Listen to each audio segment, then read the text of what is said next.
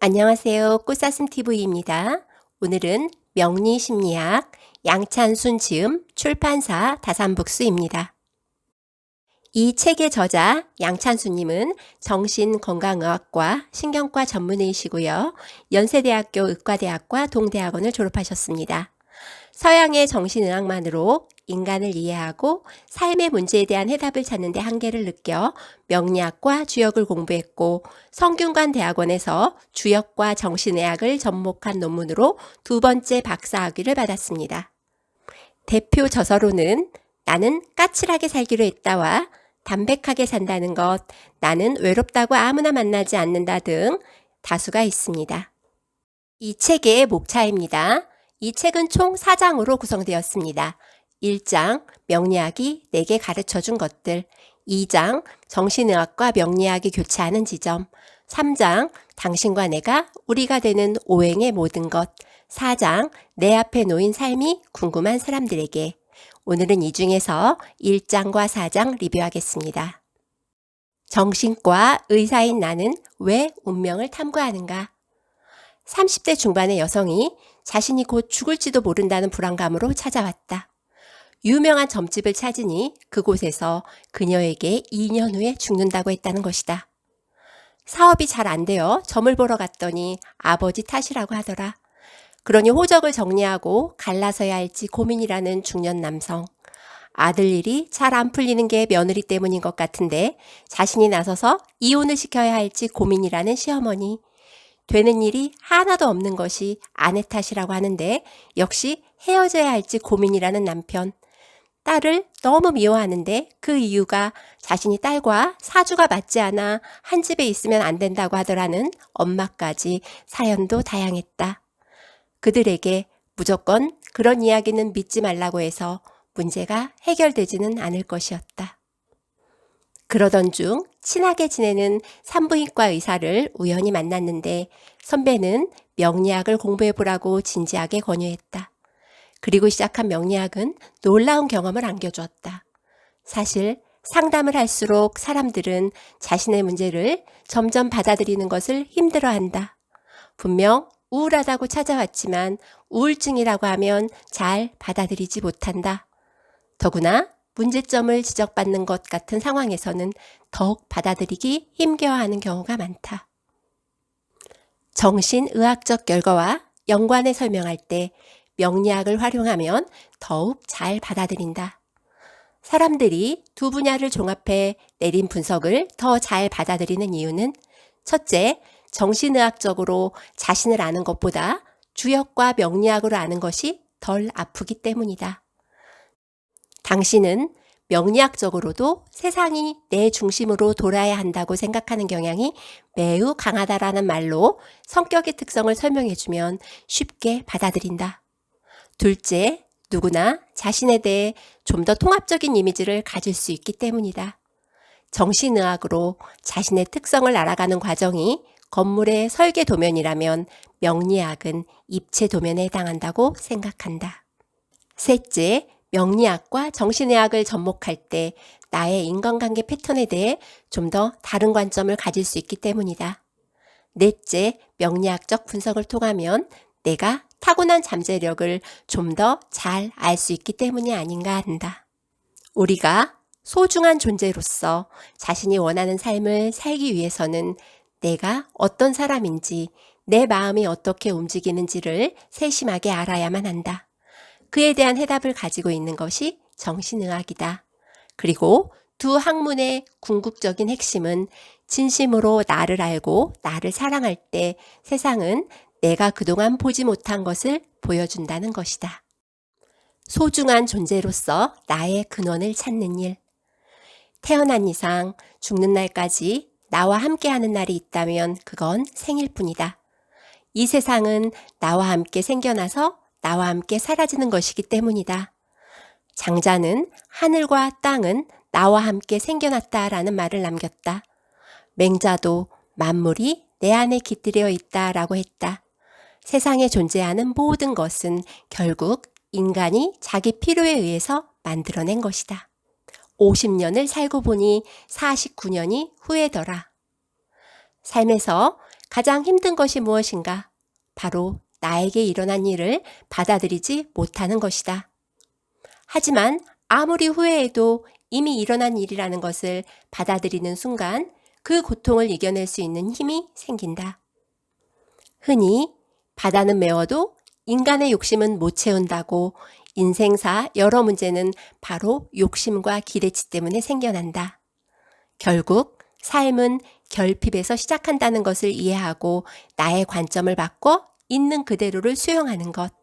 그 모자란 부분을 채워나가는 것이 내가 인생에서 해야 할 일인 것이다. 명리학을 공부하면서 내 삶의 흐름에 대해 어느 정도 이해하게 되자 가장 먼저 찾아온 것은 평안한 감정이었다. 왜 우리는 불안할 때 가장 먼저 점집을 떠올릴까? 세상을 원망하고 주위 사람을 미워하며 자신을 비하하던 사람이 세상은 그대로인데 내가 변하니 그대로인 세상과 내가 다른 관계를 맺을 수 있군요 라는 말을 하면서 진료실을 나갈 때 내가 느끼는 기쁨은 말로 표현할 수 없다. 그리고 이는 명리학도 마찬가지라는 것을 나는 경험을 통해 이해하고 있다. 한 개인 앞에 놓인 상황이 지금 어떠하든지 간에 작은 희망이라도 잃지 않고 살아갈 수 있게 도움을 준다는 점에서 분명 그러하다. 불안감에 압도되지 않으려면 매 순간 나를 다스리는 방법이 필요하다. 가장 좋은 방법은 어떤 경우에도 희망을 잃지 않는 것이다. 원망과 분노에서 조금은 자유로워지다.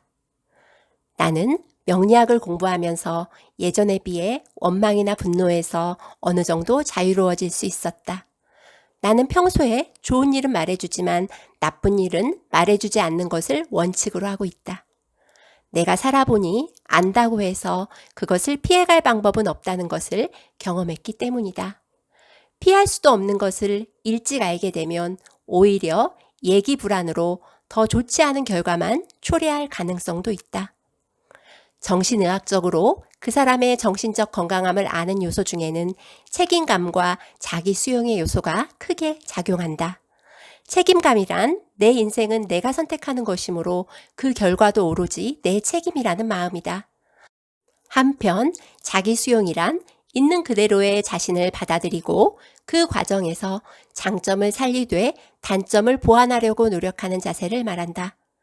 자기 자신을 있는 그대로 수용하는 태도는 삶에서 매우 중요한 요소 중 하나다. 언젠가 상담 중에 세상이 사람들이 날 이해해 주기를 바란 것뿐이다 라는 의미의 말을 한 사람이 있었다. 그에게 세상과 사람들이 왜 당신을 이해해 주어야 하는가? 다들 바빠서 남을 이해할 시간이 없다. 결국에는 내가 나를 이해시키고 세상으로 나아가는 길밖에 없다라고 말해주었다. 그는 깊이 공감하면서 자신의 문제를 돌아보았다. 그 역시 스스로를 수용하면서 분노와 원망에서 어느 정도 벗어날 수 있었던 것이다. 그러한 경험이 쌓여갈 때 우리는 비로소 좀 더 큰 자유를 느낄 수 있다. 삶의 무게를 품위 있게 내려놓는 법. 어느 모임에서 누군가가 우리의 운명은 모든 것이 처음부터 끝까지 다 정해져 있다라는 말을 해서 내가 그것은 아니라고 이야기한 적이 있다. 인간에게는 자유의지라는 것이 있다. 가난한 집에서 태어나도 그것을 원망하지 않고 자기를 발전시키려 노력하면 그 운이 달라질 수 있다. 그것이 바로 자유의지다. 살다 보면 누구나 한때 불운한 손길에서 벗어나기 어려운 시기를 겪는다. 결국 살아남는 방법은 잘 나갈 때 겸손함을 잃지 않고 그렇지 않을 때도 희망을 갖고 앞으로 나아가는 길밖에는 없는 셈이다. 결국 남에게 일어나는 힘든 일이 내게도 일어날 수 있으며 그게 인생이라는 것. 단지 누구에게나 일어날 수 있는 일이 확률적으로 나에게 일어난 것뿐임을 받아들인다면 삶의 무게를 조금은 내려놓을 수 있지 않을까? 가능한 한 품위를 잃지 않고 그럴 수만 있다면 인생에서 더 바랄 것이 없으리라. 마침내 운명의 세옹지마를 깨닫다. 상담을 하는 중에 꿈이 무엇이냐고 물어보면 대부분의 사람이 행복하게 사는 것이라고 말한다. 이때 행복의 기준이 무엇이냐고 물어보면 무조건 돈을 많이 버는 것이라는 대답이 돌아오는 경우가 적지 않다. 운은 늘 변화하는 자연의 이치에 따라 돌고 돈다. 큰 운의 흐름은 30년에 한 번씩 바뀐다고 생각하면 된다. 우리의 삶을 100년으로 볼 때 대략 3번의 큰 변화가 찾아오는 셈이다. 한편 새운은 매년 바뀌는 운의 흐름을 보는 것이다. 이때 대운과 새운이 모두 좋으면 성공하고 둘 다 좋지 않으면 나쁜 일이 일어날 가능성이 높다고 본다. 흔히 나는 사주가 좋으면 노력을 하지 않아도 되는가? 라는 질문을 받는다. 물론 대답은 아니다이다. 내가 운명으로부터 받은 것이 무엇이든 간에 그것을 소중히 여기는 마음, 잘 지키겠다는 마음, 갈고 닦겠다는 마음이 있어야 운명도 내 편이 되어줄 것이다. 내가 아는 지인 중 한 명은 일이 잘 풀리지 않아 힘들 때마다 자신이 아프리카나 시리아처럼 내전을 겪는 나라에서 태어나지 않은 것에 감사한다고 말한다. 남과 자신을 비교하는 건 역시 운명에 저항하는 일이다. 내게 좋은 운이 들어온다고 해서 다 좋은 것도 아니고 나쁜 운이 들어온다고 해서 다 나쁜 것도 아니다. 단지 그것을 어떻게 소화하느냐가 중요한 것이다. 내 마음이 건강하면 외부에서 비바람이 몰아쳐도 웬만큼 견딜 수 있다. 즉, 심상을 갈고 닦고자 노력할 때 운명도 내 편이 되어주는 것이다. 유유상종의 과학, 좋은 내가 좋은 당신을 부른다. 같은 주파수를 가진 파동끼리는 서로 공명한다. 내가 긍정적인 말, 긍정적인 생각, 긍정적인 행동을 하면 또 다른 긍정주의자와 만나서 일이 잘 풀릴 가능성이 높아지고 반대의 경우에는 또 다른 비관주의자와 만날 확률이 그만큼 높아진다. 매 순간 깨어 있으면서 긍정적인 사람이 되려고 노력할 때 또 다른 긍정적인 기운과 만날 수 있다. 명리학을 통해 배우는 기성세대의 역할. 젊은 날 너무 돈을 밝히거나 이성을 밝히면 안 된다. 젊은 날에는 공부를 하거나 내 뜻을 펼치려는 건강한 감각을 가져야 한다. 그리고 그것을 기성세대가 이해하고 도움을 주고자 할 때 세대 간에 더 건강한 문화가 생겨나지 않을까 싶다. 누군가가 천재란 똑같은 실수를 한 번만 하는 삶이다 라고 말했는데 대부분의 사람들은 똑같은 실수를 2번 아니 여러 번 반복하며 살아간다. 그러니 나에 대해서나 다른 사람에 대해서 특히 자라나는 청년들에게는 조금은 여유를 갖고 기다려줄 필요가 있지 않을까? 그럼에도 불구하고 다시 일어서는 마음. 상담을 하면서 새삼 알게 된 것은 사회적으로 성공한 사람들 중에 자기만의 위기를 겪어보지 않은 사람은 거의 없다는 사실이다. 지인 중에 그럼에도 불구하고 라는 말을 가장 좋아하는 사람이 있다. 살아가면서 감당하기 어려운 힘든 좌절의 순간이나 불행이 닥쳤을 때 그럼에도 불구하고 다시 일어서고자 노력하는 것만큼이나 중요한 일은 없기 때문이라고 했다. 정말 죽을 만큼 괴로운 일을 겪은 다음 서서히 회복되면서 느끼는 편안함이란 이루 말로 표현할 수 없다는 것이다. 잘 산다는 것은 인간으로서 존엄성을 지킬 수 있는 삶을 뜻한다.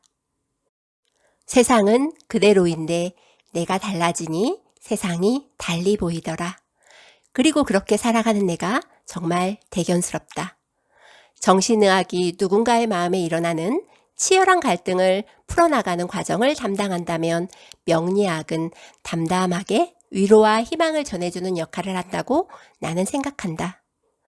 상담 끝에 지금까지 살아온 날들보다 지금부터 살아갈 날이 더 좋다는 명리학적 분석에 근거한 그 한 문장으로 힘을 얻는다는 사람을 정말 많이 만난다. 나는 두 학문의 만남이 우리 모두에게 꼭 필요하다고 생각한다. 에필로그입니다. 내 삶의 지도를 찾아서. 이 세상에는 66억 명의 사람이 있고 광활한 우주에는 수많은 별이 있지만 나는 온전히 나로 태어나서 온전히 나로 사라진다. 늘 긍정적인 마음을 가지려고 애쓰면서 열심히 살아가다 보면 자기 삶의 결과가 달라질 수도 있다. 나는 많은 사람이 무엇보다도 변화에 대한 희망을 얻길 바란다.